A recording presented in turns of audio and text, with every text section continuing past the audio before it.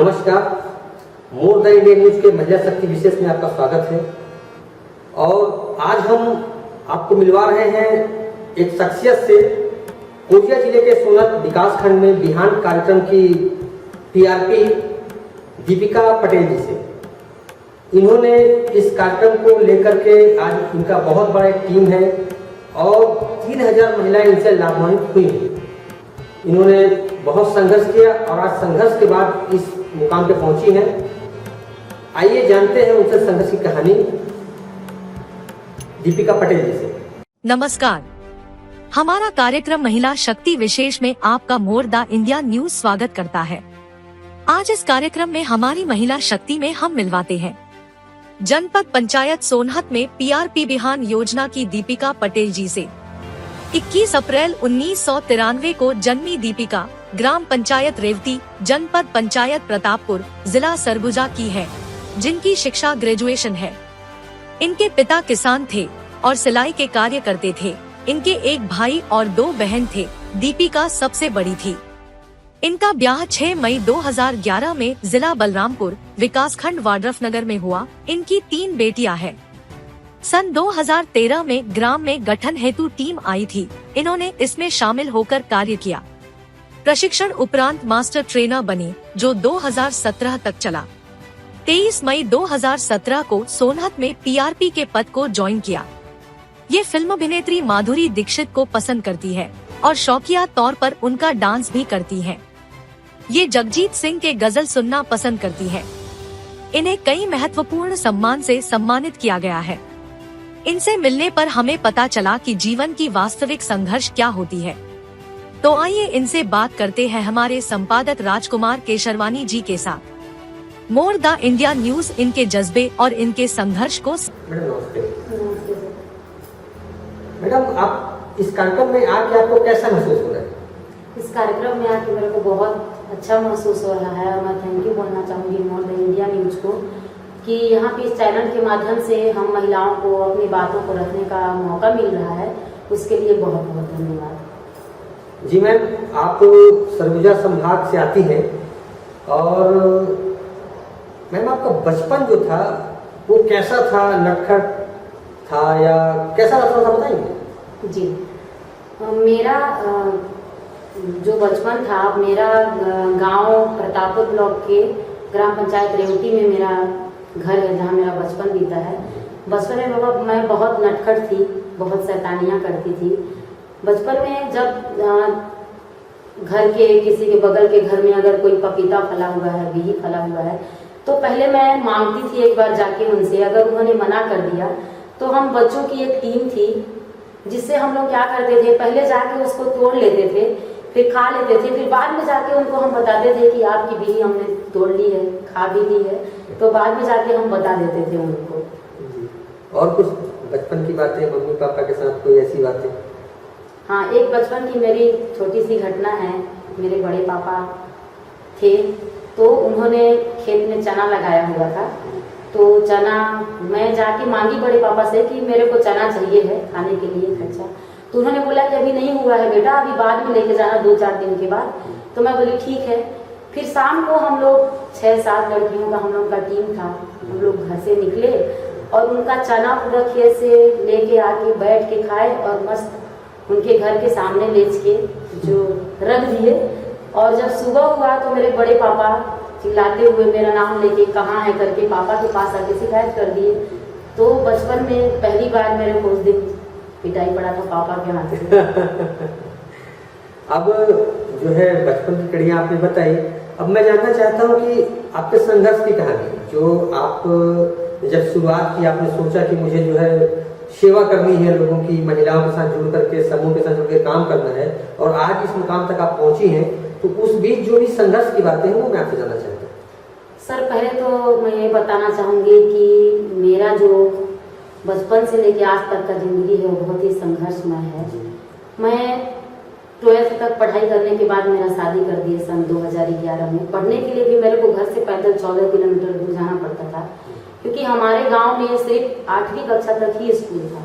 तो आगे की पढ़ाई के लिए मेरे को ग्राम पंचायत गोविंदपुर जो है हमारे गांव के बगल गांव में, मेरे घर से 14 किलोमीटर है, जहाँ मैं पैदल जाती थी, क्योंकि मेरे पास स्कूल जाने के लिए कोई सुविधा नहीं था और गांव था तो बस भी नहीं चलता था, तो मैं पैदल जाती थी। और पढ़ाई करके मैंने 12th पास किया और उसी समय मेरा 2011 में शादी कर दिए। शादी होने के बाद जब मैं ससुराल गई तो ससुराल में भी मेरे सासू माँ का डेथ हो गया 2 माह के बाद, तो घर की सारी जिम्मेदारियाँ मेरे ऊपर थी।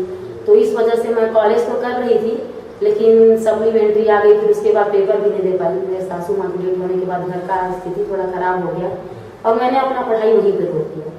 फिर उसके बाद 2013 में जब बिहान योजना आया, उसके माध्यम से समूहों का गठन होना शुरू हुआ, तो मैंने भी एक निर्णय लिया कि नहीं, मेरे घर की आर्थिक स्थिति सही नहीं थी। मेरे पास कुछ ना तो मेरे पास बिजनेस करने के लिए पूंजी था और ना ही मेरे पास कोई नौकरी थी।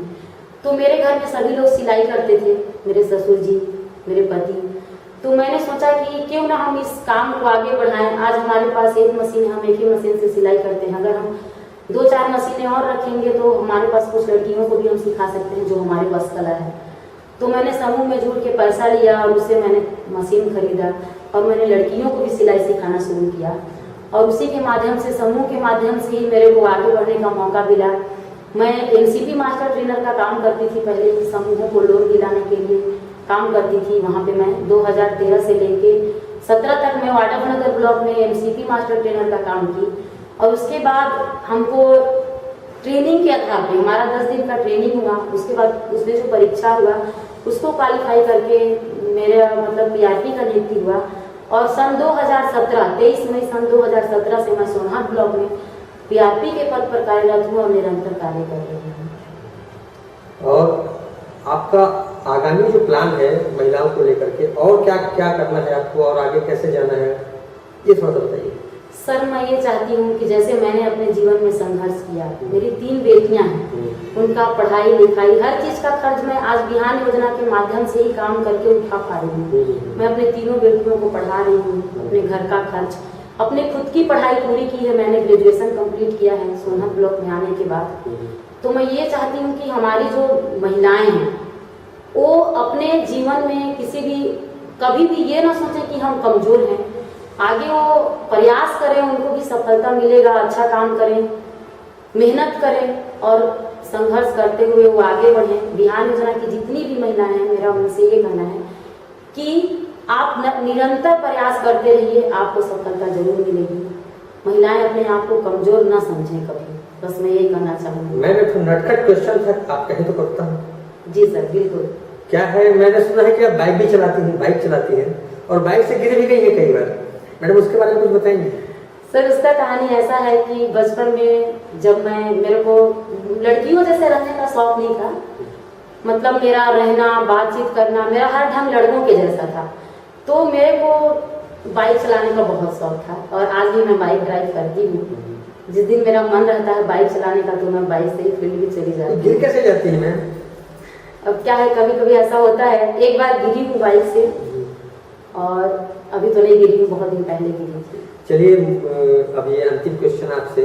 यहाँ पे बहुत सारे लोग हैं, पूरे प्रदेश की, देश की महिलाएं आपको देख रही हैं जी। आप की तरह बनना चाहती हैं, वो कैसे पॉसिबल है? कैसे उनको आप कुछ बताइए कि वो अपने जीवन में जो है कैसे आगे बढ़ पाए और उनको एक दिशा देने का जो प्रयास होता है, जो सभी महिलाओं का, जो आज तक हम हमारे कार्यक्रम के माध्यम से लोगों को मिला है, वो आपसे मैं जानना चाहता हूँ कि कुछ महिलाओं को कुछ बताइए। महिलाओं से मैं यही बोलना चाहूंगी कि कई महिलाएं सोचती हैं कि हम पढ़े लिखे नहीं हैं। कुछ महिलाओं के मन में ये सवाल होता है कि हम घर छोड़ के कहाँ जाएंगे, क्या करेंगे। तो मैं उन महिलाओं से ये बोलना चाहूंगी कि हम महिलाएं हैं, इसका मतलब ये नहीं है कि हम कमजोर हैं। हमारा जिंदगी सिर्फ चूल्हा चौका बर्तन तक नहीं है, हम भी बहुत कुछ कर सकती हैं। अगर आज महिलाएं एरोप्लेन उड़ा सकती हैं, आज महिलाएं ट्रेन चला सकती हैं, तो हम अपना घर जरूर चला सकते हैं अच्छे से। हम पढ़ लिख के घर में बैठे रहते हैं, इसमें गलती हमारी है। अच्छा ये होगा कि हम बाहर निकलें, संघर्ष करें और धीरे धीरे करके, एक बार कोई भी नहीं कर पाते हैं। जैसे मैंने 2013 से लेके आज तक संघर्ष किया है, तब जाके मैं आज इस जगह पे।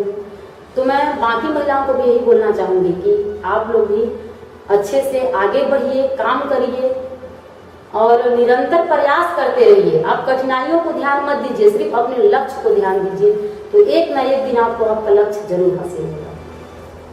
तो अभी हमने आपको मिलवाया दीपिका पटेल जी से, जो बिहान योजना को संचालित कर कोरिया जिले के सोनहत विकास खंड में कार्य कर रही हैं, और अभी हमने जाना उनके संघर्ष की कहानी। इसी तरह हर मंगलवार को 11 बजे हम दिखाते हैं आपको महिला शक्ति विशेष में।